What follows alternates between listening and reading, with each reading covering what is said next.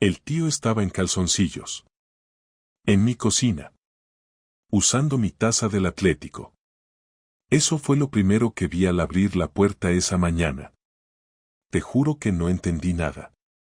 Ni siquiera me dio tiempo a decir una palabra. Él me miró con una sonrisa de esas que dan ganas de estamparle la cabeza contra la encimera y, con total naturalidad, soltó. ¿Tú debes de ser Marcos? Me quedé congelado. Con las llaves en la mano, la mochila al hombro y cara de gilipollas. Me quedé mirándole como si ver a un desconocido medio desnudo en tu casa a las 8 de la mañana fuera algo que pasa todos los días. ¿Y tú quién coño eres? Le solté, pero sin alzar la voz. Me salió más como un murmullo. ¿Un qué está pasando aquí susurrado entre dientes? Entonces salió ella. Clara. Mi mujer. Con la bata de dormir. Descalza. El pelo recogido como si acabara de ducharse. Y se quedó blanca al verme. No me saludó. No dijo ni una palabra. Solo me miró como si yo fuera el intruso. Como si el que estaba fuera de lugar fuera yo. Como si ella no acabara de salir del dormitorio con la pinta de haber pasado la noche con ese imbécil. ¿No tenías turno doble hoy? Fue lo único que dijo. Te lo juro, eso fue lo primero que me preguntó. No lo siento, no, esto no es lo que parece, no Marcos, te puedo explicar. No. Me preguntó por mi jodido turno de trabajo. Y ahí me di cuenta, esto no era un error, ni una calentura de una noche. Esto era rutina. Lo tenían tan asumido, tan bien montado, que ni se molestaron en ocultarlo bien. Había vuelto a casa antes por una avería que me impidió salir con la furgoneta y por lo visto había interrumpido su desayuno post-polvo. Me senté en la silla del salón sin decir nada. Ni siquiera cerré la puerta. Quería escuchar una explicación, pero también necesitaba ver hasta dónde llegaban. Ella no sabía qué hacer. Él se quedó de pie, apoyado en la encimera, sin prisa. Hasta se sirvió más café. ¿Te importa vestirte? Le solté a él, sin mirarle. Claro, claro, dijo, y se fue al dormitorio, como si esa fuera también su casa. Clara se acercó con esa cara que ponen los niños cuando saben que la han cagado pero intentan hacerse los dignos. No lo planeé así, de verdad, me dijo. Y ahí sí me reí. ¿Y cómo lo planeaste? ¿Con velas y cena romántica? ¿O lo tuviste claro desde el primer polvo? Ella no respondió. Se quedó mirando al suelo. No lloraba. No estaba nerviosa. Solo parecía, resignada. Y eso fue lo que más me jodió. Porque si al menos la pillo en medio de una locura, si la encuentro descompuesta, pidiéndome perdón, yo que sé, algo. Pero no. Era como si ya lo hubiera ensayado todo en su cabeza. Como si supiera que tarde o temprano esto iba a pasar. Ahí fue cuando me levanté, me acerqué a la puerta del dormitorio, la empujé y vi la maldita escena final, ese idiota poniéndose mis pantalones. Míos. No unos parecidos. Los míos. Los que dejé en la silla del dormitorio anoche porque pensaba ponérmelos otra vez esta mañana. Deja eso, le dije. Y él, ahora sí, se quedó un poco cortado. Se los quitó, me los tiró, y se empezó a poner los suyos. Volví al salón, cogí el móvil, las llaves, y me fui. No sabía a dónde. Ni me importaba. Me fui al bar de abajo, ese que abre desde las 7 para los currantes, y me pedí un carajillo. A las 8:15 de la mañana. El camarero me miró raro, pero no dijo nada. Me lo tomé de un trago. Pasaron unos minutos y me empezó a temblar la pierna. No sé si era rabia, o frío, o el shock. Empecé a pensar en todo lo que había pasado en los últimos meses y de repente me cuadró todo. Las salidas con amigas. Las duchas largas. Las noches en las que decía que estaba cansada. Las veces que se acostaba sin decirme buenas noches. Siempre pensé que era el trabajo. El estrés. Que la rutina nos estaba jodiendo el sexo y el humor. Pero no. Era él. No sé desde cuándo se veían, ni cómo empezó, pero sí sé una cosa, yo ya no existía para ella desde hacía tiempo. Solo que yo, como un idiota, seguía ahí, pagando la hipoteca, cocinando los domingos, y creyendo que todo estaba dentro de lo normal. Me lo comí entero. Con patatas. Y ahí estaba yo, bebiendo un carajillo a primera hora, con una mezcla de vergüenza, rabia, y ganas de volver a casa solo para quemarla entera.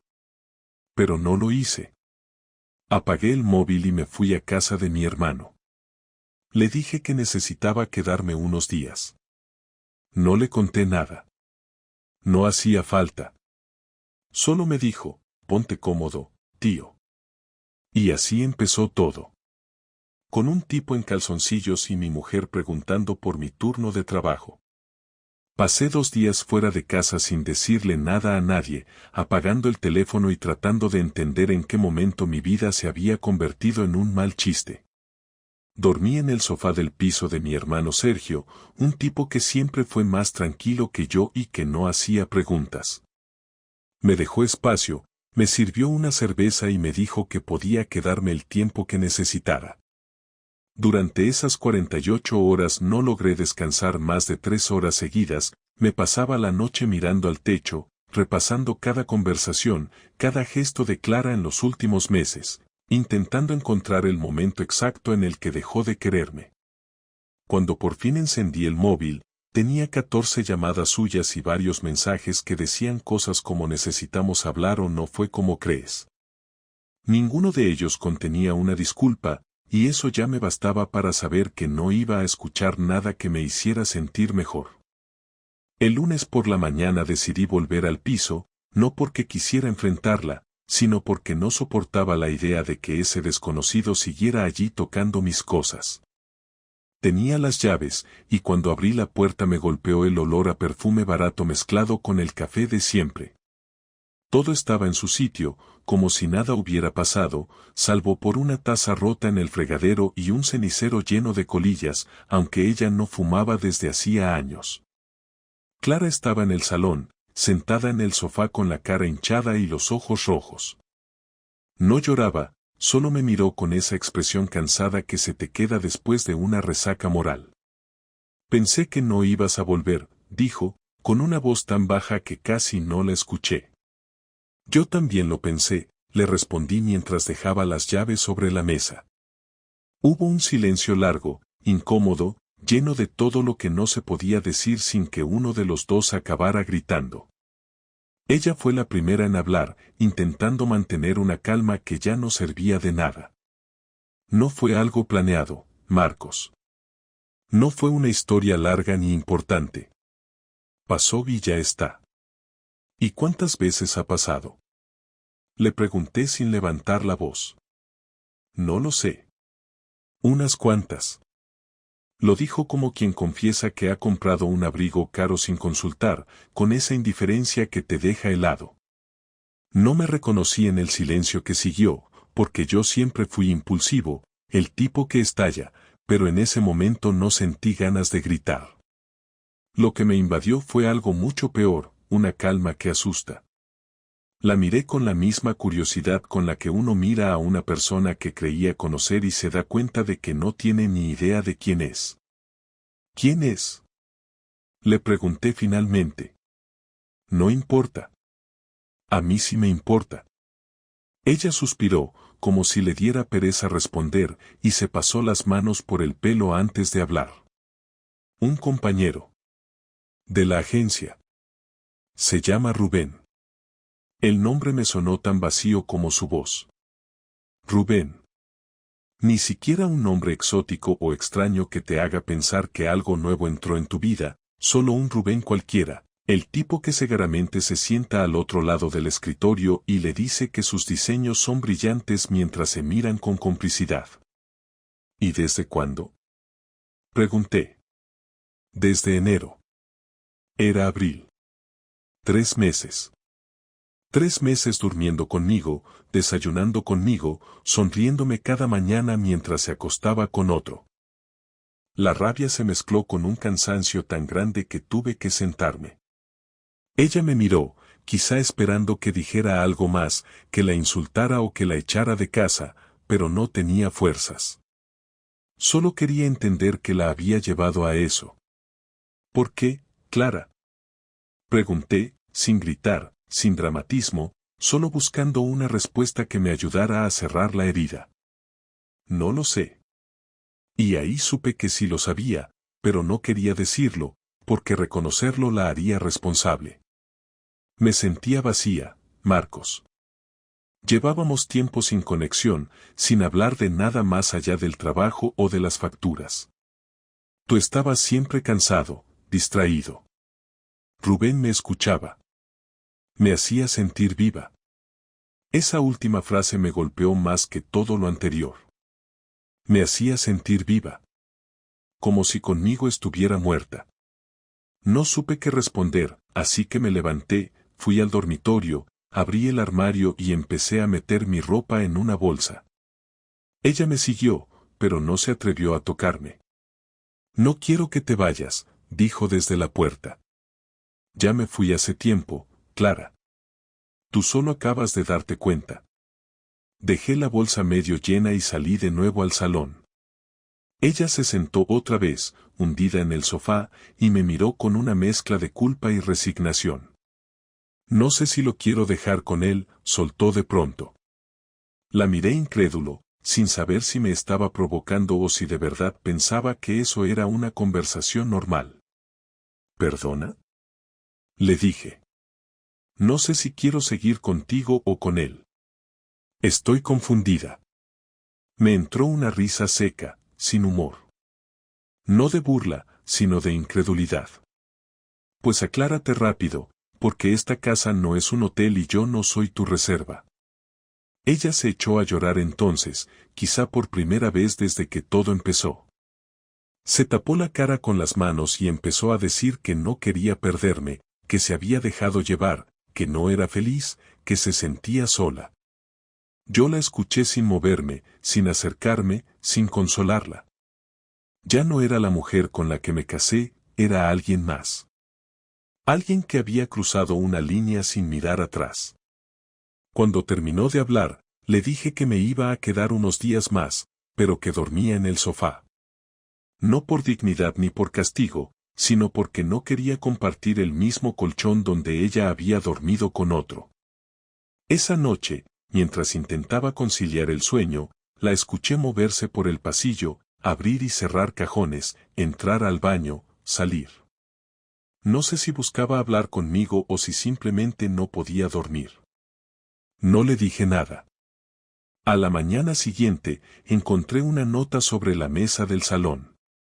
Decía que se había ido a casa de su hermana y que necesitaba tiempo para pensar. No firmaba con amor ni con disculpas, solo con su nombre.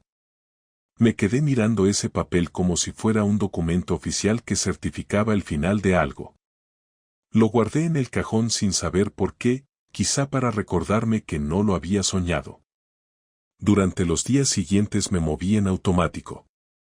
Iba al trabajo, volvía, comía lo primero que encontraba y me sentaba frente al televisor sin mirar nada. Mis compañeros notaron que algo me pasaba, pero nadie se atrevió a preguntar. En el fondo agradecí su silencio. Solo Sergio insistió en que saliera, que no me encerrara. Un viernes accedí a tomar algo con él en un bar de la Latina.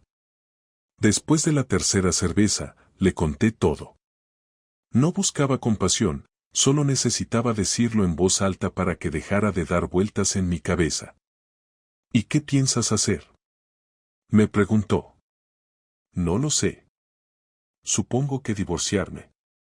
¿Y si te pide perdón? El perdón no borra las imágenes. Fue lo único que pude decir. Esa noche, al volver al piso, encontré un sobre debajo de la puerta. Era una carta suya. Dentro había una hoja escrita a mano, sin tachones, con letra firme. Me decía que lo había dejado con Rubén, que había cometido el error más grande de su vida, que estaba dispuesta a hacer lo que fuera por recuperarme, que aún me quería. Me pedía que habláramos. No la llamé. No respondí. Dejé la carta sobre la mesa y me senté frente a ella, mirándola durante un rato largo, como si esperara que las palabras se movieran solas y me dieran una respuesta. Pero no lo hicieron. Lo único que sentí fue una calma extraña, como si todo hubiera terminado mucho antes de esa carta, antes incluso del tipo en mi cocina. Esa noche decidí que iba a descubrir hasta dónde había llegado su historia con ese tal Rubén, no por celos, sino porque necesitaba saber la verdad completa antes de cerrar el libro. Tenía que entender con quién había compartido mi vida sin saberlo. Lo que vino después fue el principio de algo mucho más oscuro, porque una vez que empiezas a buscar respuestas, ya no puedes detenerte. Durante toda la semana siguiente, no logré pensar en otra cosa que no fuera esa carta y el nombre de Rubén. No la llamé, pero empecé a moverme como si estuviera investigando un delito. La diferencia era que el crimen era mi vida. Necesitaba saber quién era él, cómo había empezado todo y hasta dónde había llegado. No podía quedarme con la versión resumida y limpia que ella me había dejado en la conversación del salón, esa en la que lo reducían a unas cuantas veces. Me pasé 2 noches sin dormir, dándole vueltas, y al final decidí ir directamente a la agencia donde ella trabajaba.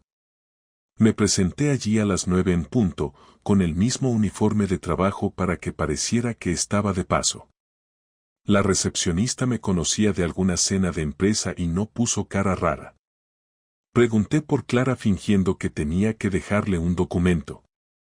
La oficina era un espacio abierto lleno de mesas alineadas y pantallas, con ese ruido sordo de teclados y llamadas que se mezclan.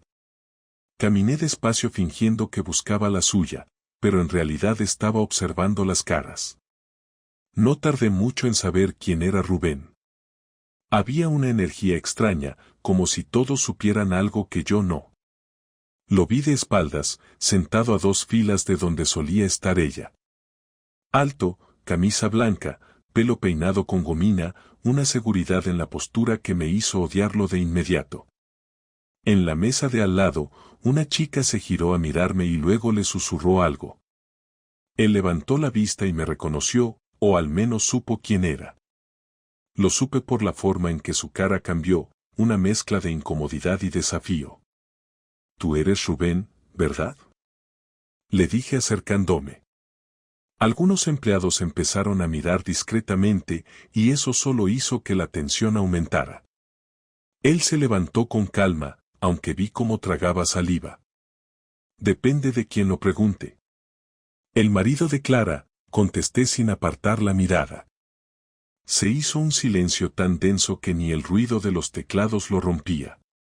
Él se metió las manos en los bolsillos, intentando mantener una apariencia de tranquilidad. «Mira, no creo que sea el mejor sitio para hablar de esto. A mí me parece perfecto». Di un paso más, hasta que quedamos casi frente a frente. «Solo quiero que me digas una cosa, ¿sabías que seguía casada?». Él tardó en contestar, y ese segundo de duda me bastó para saberlo todo. «Sí», dijo al final, pero me dijo que las cosas estaban mal. Pues claro que estaban mal, pero no tanto como para que vinieras tú a arreglarlo con tus manos. No fue planeado, ni premeditado, dijo con una calma ensayada. Las cosas simplemente pasaron. ¿Pasaron? ¿Eso te dices para dormir tranquilo? Yo no te debo explicaciones. Ahí se me encendió algo dentro. Lo agarré del cuello de la camisa y lo empujé contra su escritorio. El golpe hizo que se cayera una taza y varios papeles. Escuché un grito de alguien que pedía que llamaran a seguridad, pero en ese momento ya no había vuelta atrás. «Me debes respeto», le dije sin levantar mucho la voz, porque el tono bajo dolía más. «Respeto por la casa donde entrabas, por la cama en la que te metías y por la persona a la que robabas el tiempo». Él intentó zafarse, y cuando lo soltaron mis manos, dio un paso atrás con los ojos encendidos. No soy el único culpable, ella también estaba allí, dijo. Ya me encargaré de ella, contesté, y salí antes de que llegara alguien a detenerme. Esa tarde me llamó Clara.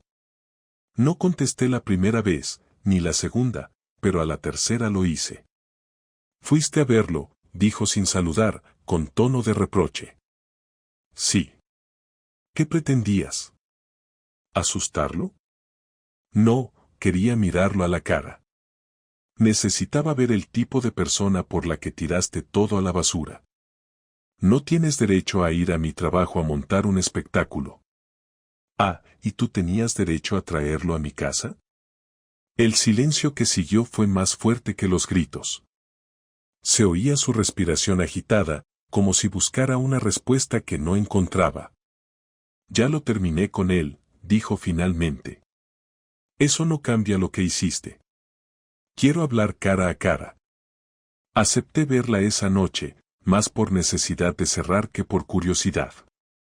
Quedamos en el piso, el mismo escenario donde todo se había derrumbado. Llegó con la cara pálida, vestida de negro, sin maquillaje y sin esos gestos nerviosos que antes usaba para ganarse tiempo. Se sentó en el sofá, yo en la mesa frente a ella. Rubén presentó su renuncia, empezó diciendo. «Se fue esta mañana. No me importa lo que haga. Quiero que sepas que no era amor, Marcos. Fue una confusión, una forma torpe de escapar de lo que sentía aquí dentro. No me des lecciones de psicología barata. Solo dime la verdad». «Ya te la dije. No hubo más que lo que sabes. Lo que sé es que te vi mentirme durante meses, que entraste en casa con olor a otro, que me mirabas y fingías que todo estaba bien. Lo que no sé es si alguna vez pensaste en el daño que hacías». «Claro que lo pensé. Cada vez. Pero cuando estás dentro, no lo ves igual». «¿Dentro de qué?», pregunté, y ella entendió el doble sentido. «No seas cruel», dijo casi en un susurro. «¿Cruel?». «Cruel es tener que escuchar tu versión como si fuera un guión de película mala».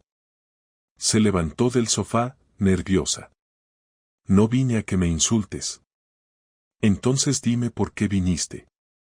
«Porque quiero arreglarlo». Esa frase me descolocó. La solté una carcajada amarga. ¿Arreglarlo? ¿De verdad crees que esto se arregla con una conversación? No lo sé, pero quiero intentarlo. Yo no quiero intentarlo. Ella se quedó quieta, con las manos temblando. Te sigo queriendo, Marcos. No. ¿Quieres lo que representaba estar conmigo? Seguridad, costumbre, rutina. Lo que te daba sin pedir nada. Pero quererme, no. La discusión se fue calentando, y en un momento la tensión se volvió insoportable. Ella empezó a llorar de verdad, sin control. Yo la observaba desde la distancia, con un cansancio enorme. Me dijo que había dejado todo por mí, que no tenía a dónde ir, que su familia no sabía nada y que se sentía vacía. Me pidió que la escuchara, que le diera una oportunidad. Te di años, Clara. Eso fue la oportunidad. No puedo con la culpa. No digas que no puedes, porque pudiste cuando te convenía. Ella se acercó despacio y me tocó el brazo. Esa mano que antes me calmaba me provocó una repulsión inmediata. La aparté. No lo hagas. Ya no tienes derecho. Se giró y golpeó la mesa con rabia.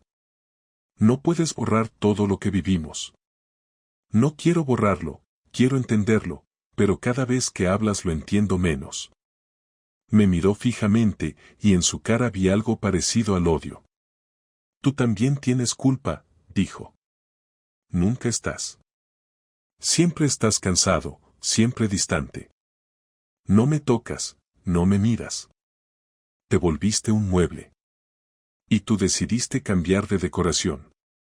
Esa respuesta la dejó sin palabras. Se giró y fue hacia la puerta, pero antes de salir se detuvo. Si alguna vez te importa reconstruir esto, voy a estar esperándote. No lo hagas. No esperes nada. La puerta se cerró sin ruido. Me quedé solo, mirando el vacío del salón. Esa noche bebí hasta quedarme dormido en el sofá. Al día siguiente, cuando desperté, tenía la cabeza pesada y la decisión tomada. No podía dejar que se marchara sin pagar el precio real de lo que hizo. No bastaba con separarnos o con dejarla marchar sin consecuencias.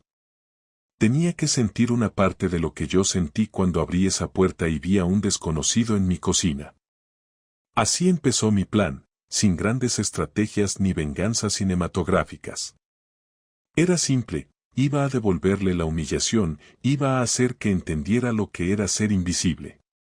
No necesitaba violencia ni gritos, solo precisión. Y para eso, primero tenía que recuperar el control de mi casa, de mi historia y de mí mismo. El lunes siguiente fue el primero que pasé en casa sin ella. Se había llevado algunas cosas el fin de semana, pero dejó lo suficiente como para que todo me recordara su presencia. En el armario quedaban varias prendas colgadas, en el baño su cepillo de dientes seguía en el vaso y en la nevera había una botella de vino a medio terminar con la etiqueta que a ella le gustaba presumir cuando venían amigos. Me senté en la mesa del salón y estuve más de una hora mirando alrededor, repasando mentalmente cada rincón que había compartido con ella, no por nostalgia sino para decidir qué iba a hacer. Tenía la cabeza fría, más de lo que habría creído posible. Ya no había lágrimas, solo un plan. Lo primero era desarmar esa casa de todo lo que ella había dejado marcado como suyo, no para deshacerme de los recuerdos sino para dejar de sentir que era un invitado en mi propio hogar. Fui habitación por habitación metiendo sus cosas en cajas, doblando la ropa sin cuidado, separando los objetos que eran regalos míos para no verlos otra vez. Cuando terminé, bajé las cajas al trastero y cerré la puerta con llave. Me senté en el suelo, apoyado en la pared, y saqué el móvil. La idea llevaba días dándome vueltas, pero hasta ese momento no la había concretado. No se trataba de venganza física, no tenía sentido mancharme las manos. Lo que quería era exponerla, hacer que su círculo supiera lo que había hecho, que sus amigos, su familia y su entorno laboral vieran a la mujer real que era, sin la fachada de profesional responsable y pareja fiel que tanto cuidaba. La idea me pareció sucia durante unos segundos, pero cuanto más la pensaba más justa me parecía. Ella no había tenido reparo en usarme como excusa durante meses, así que no iba a sentir compasión. Empecé por lo básico. Entré en las redes sociales y descargué todas las fotos donde salíamos juntos, luego las guardé en carpetas separadas, antes, durante y después. Busqué correos antiguos, conversaciones de trabajo, todo lo que mostrara cómo habíamos sido y cómo se había ido distanciando. En los mensajes que me envió en los últimos meses encontré varios que coincidían con las fechas en que había dicho que se quedaba hasta tarde en la oficina. Cruzar los datos me dio una especie de satisfacción matemática, como si cada coincidencia fuera una pieza más encajando en su lugar. No me costó encontrar el perfil del tal Rubén, aunque había cambiado su foto y su configuración de privacidad. Lo único que necesitaba era una dirección de correo de la empresa, y eso lo encontré fácilmente en la web de la agencia. Tomé nota de todo. Al día siguiente imprimí los mensajes de la carta que me dejó y los metí en un sobre junto con una copia del correo que ella me había enviado unos meses atrás con un archivo adjunto que no correspondía a lo que decía el asunto. Era una imagen de ellos dos tomada desde un ángulo torpe, probablemente un selfie descuidado, pero lo suficiente para confirmar la relación. No lo había visto antes porque nunca había tenido motivos para revisar ese correo. Esa imagen se convirtió en el centro de mi estrategia. No quería difundirla por morbo, sino para dejar constancia. Preparé un archivo con una breve explicación, adjunto pruebas de una relación extramarital entre Clara M. y Rubén L., ambos empleados de esta empresa. Considero que, por respeto a sus compañeros, deberían saber la verdad sobre el comportamiento de sus representantes.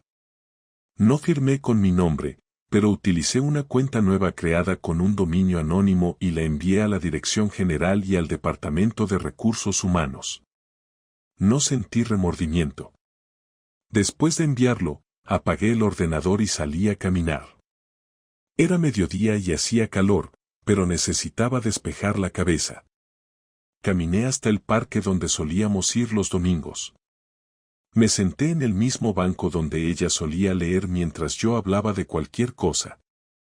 Pensé en si estaba cruzando una línea o si simplemente estaba equilibrando la balanza. No encontré una respuesta clara, pero tampoco la busqué. Cuando volví a casa, el móvil vibraba con mensajes de Sergio preguntando si estaba bien. Le respondí con un todo bajo control y lo dejé así. A la mañana siguiente recibí una llamada desconocida. Contesté y reconocí la voz de Clara. No sonaba como antes, tenía el tono tenso de quien lleva toda la noche sin dormir. ¿Qué has hecho?, me preguntó sin rodeos. Depende de a qué te refieras. Han llegado correos a la agencia. Con fotos. Con cosas que solo tú podías tener. No tengo ni idea de lo que hablas. No me mientas, Marcos. Lo sé. Nadie más tenía acceso a eso. Entonces supongo que deberías revisar mejor tus contraseñas. Hubo un silencio largo. Luego escuché cómo respiraba con fuerza, conteniendo las ganas de gritar. ¿Sabes lo que has provocado?, dijo finalmente. Me suspendieron. Me han apartado de los proyectos. No puedo volver a la oficina hasta que investiguen. Vaya, parece que por fin alguien se toma las cosas en serio. Esto no te va a ayudar. No vas a sentirte mejor destruyéndome. No busco sentirme mejor, solo que dejes de fingir. Ella colgó sin decir nada más. Me quedé mirando el móvil un rato, sin alegría ni culpa. Lo que sentía era una calma seca, algo parecido al equilibrio. Pasaron los días y no volví a tener noticias de ella. Su silencio era lo que más me aliviaba. Hasta que el viernes me llamó su hermana, Lucía. No sé qué ha pasado entre vosotros, me dijo, pero Clara está hecha polvo. Dice que la has humillado, que la echaste a la calle y ahora esto del trabajo. No la eché, se fue. Y lo del trabajo es asunto suyo.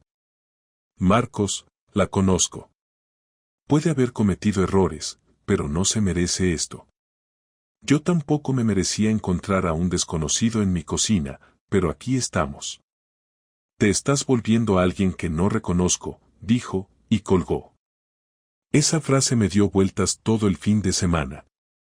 No porque me doliera, sino porque tenía razón. Ya no era el mismo. Me había vuelto más frío, más calculador. Había pasado de víctima a verdugo, y lo peor era que me daba igual. El lunes siguiente fui a trabajar como si nada. A mediodía recibí un mensaje de un número nuevo. Era Clara. Decía, necesito verte. Es importante. No más reproches, solo quiero hablar. Pensé en ignorarla, pero algo me hizo responder. Le dije que pasara por casa esa tarde. Llegó a las 7. No llevaba maquillaje ni ese aire de seguridad que solía tener. Se sentó frente a mí y apoyó las manos sobre la mesa. Me han despedido, dijo, mirándome fijo. No respondí. Esperó unos segundos y continuó. No tenían pruebas suficientes para sancionarme, pero dijeron que la situación dañaba la imagen de la empresa. Rubén renunció antes de que lo echaran. Me quedé sin trabajo, sin casa y sin ti. Tú elegiste todo eso. No elegí perderlo todo. Elegiste traicionar y mentir. Lo demás vino solo. Ella respiró hondo, intentando no romperse. Te estás vengando y no lo niegues. Llamémoslo justicia. ¿Y qué vas a ganar con eso? Paz. Se levantó, caminó hasta la ventana y se quedó mirando hacia afuera. No sé si podré perdonarte lo que has hecho. Qué curioso, yo nunca te pedí que me perdonaras. Se giró, me miró un instante y negó con la cabeza. Me daba miedo que te fueras, pero ahora me doy cuenta de que ya te perdí hace tiempo. No contesté. Ella recogió su bolso y se fue sin cerrar la puerta. La seguí con la mirada hasta que desapareció en la escalera. Cerré la puerta despacio y apoyé la frente contra la madera. No sentí victoria. Solo un cansancio que pesaba más que la rabia. Esa noche recibí un mensaje de Sergio invitándome a cenar. Fui sin pensarlo mucho. En la mesa, mientras hablábamos de cualquier cosa, me di cuenta de que llevaba semanas sin reírme. Cuando volvió el silencio, me dijo que ya era suficiente, que debía dejar de jugar a ser juez y verdugo. Le respondí que no estaba jugando. Él insistió en que la venganza no arreglaba nada, que solo prolongaba el dolor. No discutí. Me limité a sentir y a pensar que tenía razón, aunque no estaba listo para aceptarlo. Al volver a casa encontré un sobre debajo de la puerta. Dentro había una nota de Clara. Decía que se marchaba de Madrid, que necesitaba empezar de cero, que no buscara más contacto. No había rencor en sus palabras, solo agotamiento. La leí varias veces, luego la rompí y tiré los pedazos al cubo de basura. Me quedé de pie en medio del salón sintiendo por primera vez en mucho tiempo algo parecido al vacío absoluto. No era dolor ni alivio, solo silencio. Pensé que la venganza me devolvería la dignidad, pero solo me había dejado más solo. Encendí la luz de la cocina, miré la mesa donde la había encontrado aquella mañana y comprendí que mi vida ya no se parecía a nada de lo que había conocido. No sabía si había ganado o perdido, solo que todo estaba terminado. Esa semana no encendí el televisor ni una sola vez.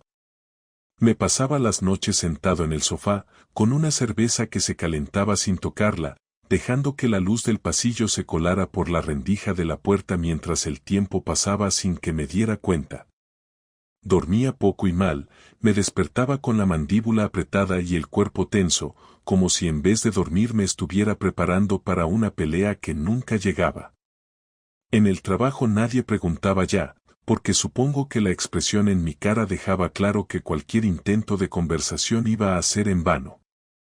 Hasta Sergio empezó a darme espacio, y eso que era el más insistente. Yo no sabía cómo se suponía que debía seguir, solo sabía que cada día se sentía igual al anterior y que, aunque Clara ya no estaba, todavía quedaban demasiadas cosas de ella en todas partes. El sábado por la tarde sonó el timbre. No esperaba a nadie, así que no abrí de inmediato. Miré por la mirilla y la vi. Llevaba una mochila, el pelo suelto y cara de no haber dormido mucho. Me quedé unos segundos sin moverme, sin saber si abrir o no, y al final giré el pestillo sin decir nada. Entró sin pedirme permiso y se quedó en medio del salón, mirando alrededor como si estuviera viendo un lugar nuevo. No dije nada, me limité a cruzarme de brazos esperando que soltara lo que viniera a decir.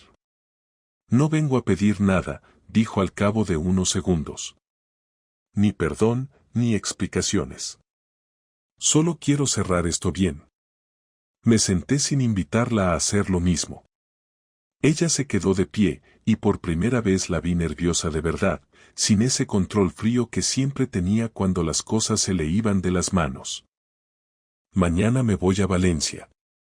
He encontrado algo provisional, no es gran cosa pero me vale para empezar. Solo quería que lo supieras por mí y no por alguien más. Asentí sin mucho interés. ¿Y eso es todo? No. Se quedó callada un momento antes de continuar. He estado pensando mucho en todo, en cómo empezó y cómo acabó. Y sé que nada de lo que diga va a servir de mucho, pero tenía que decirlo. Pues dilo.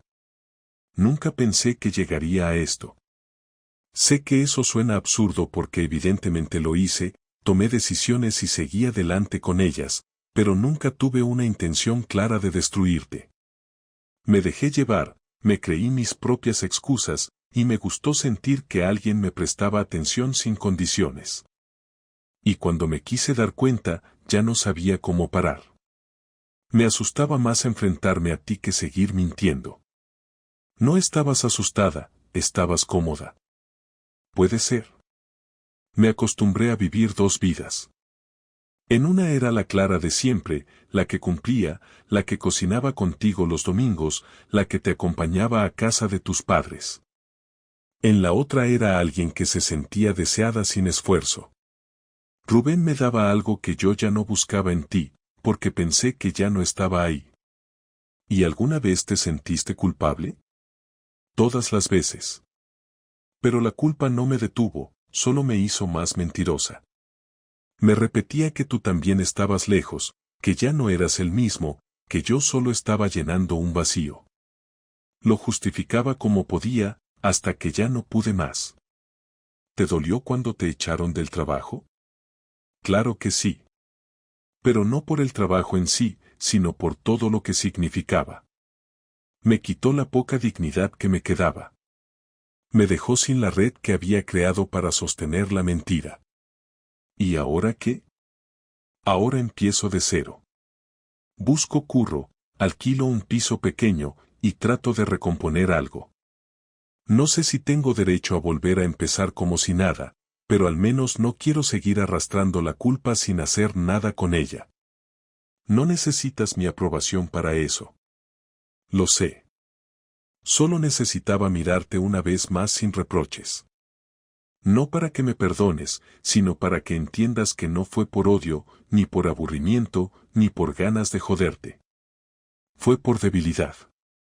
Por cobardía. Yo tampoco fui perfecto. No lo eras, pero eso no me da derecho a hacer lo que hice.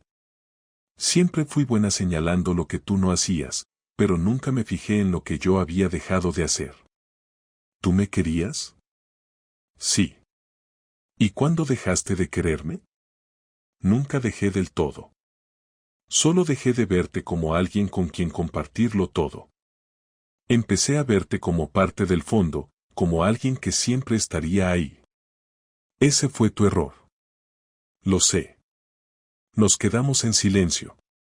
Ella se sentó por fin, cruzó las piernas y me miró directamente, sin rastro de lágrimas, solo con una firmeza que no le había visto nunca. No vengo a pedirte que volvamos, ni que me esperes, ni que me entiendas. Vengo a darte las gracias por aguantar más de lo que debiste y por no haberme destrozado más allá de lo justo. Sé lo que hiciste con lo del trabajo, y aunque al principio te odié por eso, ahora lo entiendo. Fue tu forma de ponerle un punto final. No fue por justicia, fue por rabia. Lo que sea. Sirvió. Me obligó a mirarme sin excusas. ¿Y Rubén? Ni idea. No hablamos desde que se fue. Supongo que también está tratando de recomponer su vida. Pero eso ya no me importa. ¿Estás segura de que no volverías con él? No fue real. Solo lo parecía porque yo necesitaba que lo fuera. Me inventé una historia para no sentirme culpable. Se hizo otro silencio, esta vez más largo. Ella se levantó, se puso la mochila al hombro y caminó hasta la puerta. Se giró antes de abrir. ¿Quieres que te escriba alguna vez? No. Asintió y salió sin decir nada más. Esta vez no sentí ganas de detenerla ni de insultarla ni de pedirle una última explicación. Cerré la puerta y me apoyé en ella durante un rato. No pensé en lo que perdí, sino en todo lo que no había visto venir.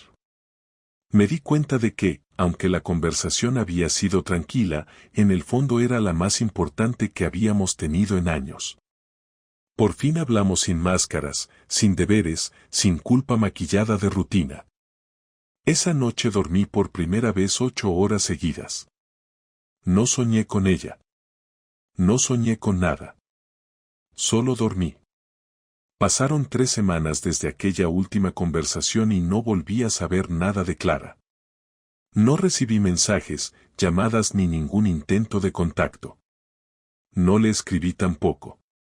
Por primera vez en mucho tiempo, sentí que el silencio no era un castigo sino una forma de respeto. Había terminado, y lo sabíamos los dos. No se trataba de orgullo ni de heridas que aún sangraban, sino de haber entendido que lo que rompimos no era reparable, no por falta de intención sino porque ninguno de los dos estaba dispuesto a volver a construir sobre los restos. Me despertaba temprano, desayunaba sin prisa, salía a trabajar y volvía sin ese nudo en el estómago. Empecé a ocupar las horas con cosas sencillas, como ordenar papeles antiguos o salir a caminar sin rumbo por el barrio, y notaba como cada día me pesaba un poco menos la historia que había vivido. El proceso de aceptación no fue una iluminación repentina, no hubo un día en el que me dijera ya estoy bien, fue más como ir bajando el volumen a algo que me había estado gritando durante meses.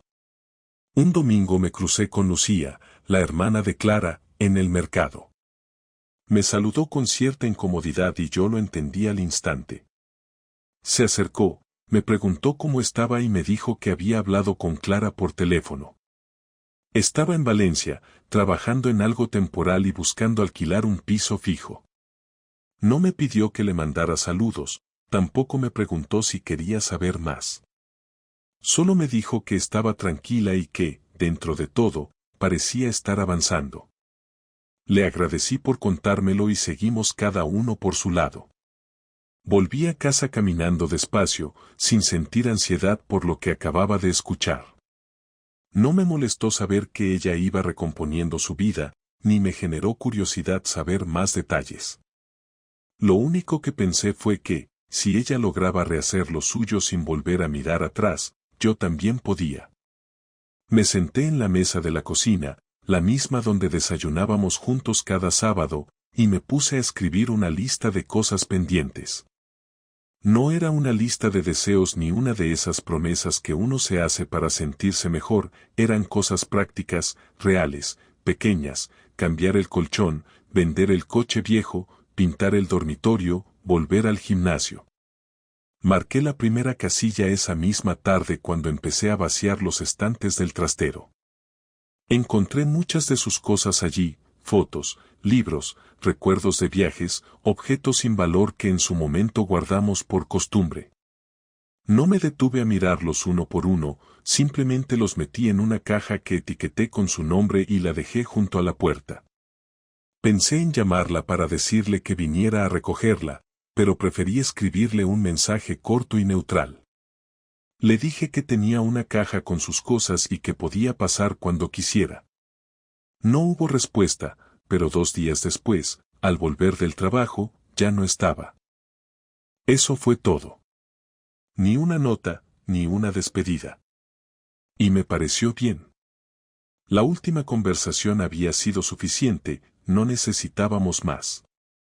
Me sentí más liviano, no porque hubiera desaparecido el dolor, sino porque ya no tenía lugar para seguir creciendo. Empecé a salir más, a retomar amistades que había dejado en pausa por años, no para distraerme ni para llenar vacíos, sino porque me lo debía. Me di cuenta de que durante mucho tiempo me había limitado a sobrevivir dentro de la relación, aceptando la rutina como si fuera el precio inevitable del compromiso.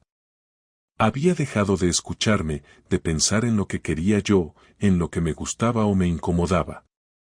Estaba tan centrado en mantener la estabilidad que no vi cómo se iba desmoronando todo.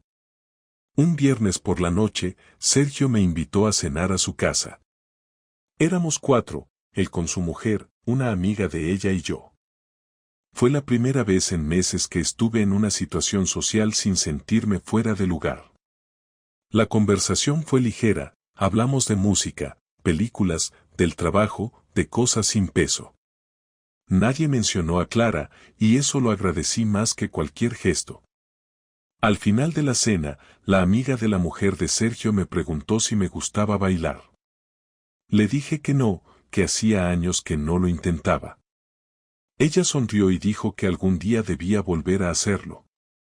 No hubo tensión sexual, ni coqueteo forzado, ni segundas intenciones. Solo una charla natural entre dos personas que no se debían nada. Esa noche me acosté con la sensación de que estaba empezando algo nuevo, no una relación, sino una etapa distinta donde por fin no era un tipo con una historia pendiente, sino alguien que empezaba a mirar hacia adelante. Volví al gimnasio la semana siguiente. Me sentí ridículo al principio, con la ropa deportiva apretada y la torpeza de quien lleva años sin moverse más allá del sofá, pero fui igual. Día tras día, sin buscar resultados rápidos, solo constancia. Cada rutina que completaba era como una forma de recuperar partes de mí que había abandonado.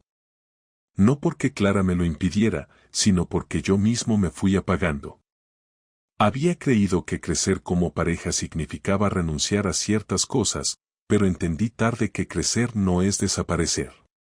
Un sábado por la tarde, encontré una vieja carpeta con facturas, recibos y papeles del banco. Entre ellos, un sobre cerrado con una carta que Clara me había escrito años atrás, cuando cumplimos 5 años de casados. La abrí sin urgencia, más por curiosidad que por nostalgia. Leí las palabras de alguien que me amaba con fuerza, que creía en mí y en lo que habíamos construido. No me dolió. Tampoco me hizo extrañarla. Lo único que sentí fue un respeto enorme por ese momento de nuestras vidas. Había sido real. Aunque todo se hubiera roto después, esa etapa no había sido mentira. Guardé la carta sin lágrimas ni arrepentimientos. Ahora, cada vez que alguien me pregunta si estoy bien, no tengo que pensar antes de responder. Digo que sí. No porque todo esté resuelto, sino porque por fin tengo el control de mi historia. Aprendí que el dolor no te destruye si lo enfrentas de frente, sin edulcorarlo, sin esconderlo. Clara fue una parte importante de mi vida, pero no es el centro de lo que soy. La rabia, la tristeza, la decepción, todo tuvo su lugar, y ahora ya no me dominan. No sé si algún día volveré a enamorarme, ni me importa.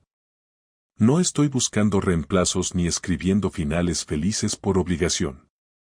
Estoy viviendo mi vida con calma, con errores, con días buenos y otros no tanto, pero con la certeza de que ya no cargo con el peso de una historia mal cerrada. Si algún día me cruzo con Clara en alguna calle, espero poder saludarla sin resentimiento. No porque todo se haya perdonado, sino porque ya no tiene el poder de herirme. Lo que viví con ella me cambió, me rompió, y también me reconstruyó. Y si me preguntas hoy qué aprendí de todo esto, te diría algo simple, que nadie te enseña a ver venir el final, pero una vez que lo ves, tienes la responsabilidad de no quedarte a vivir en él.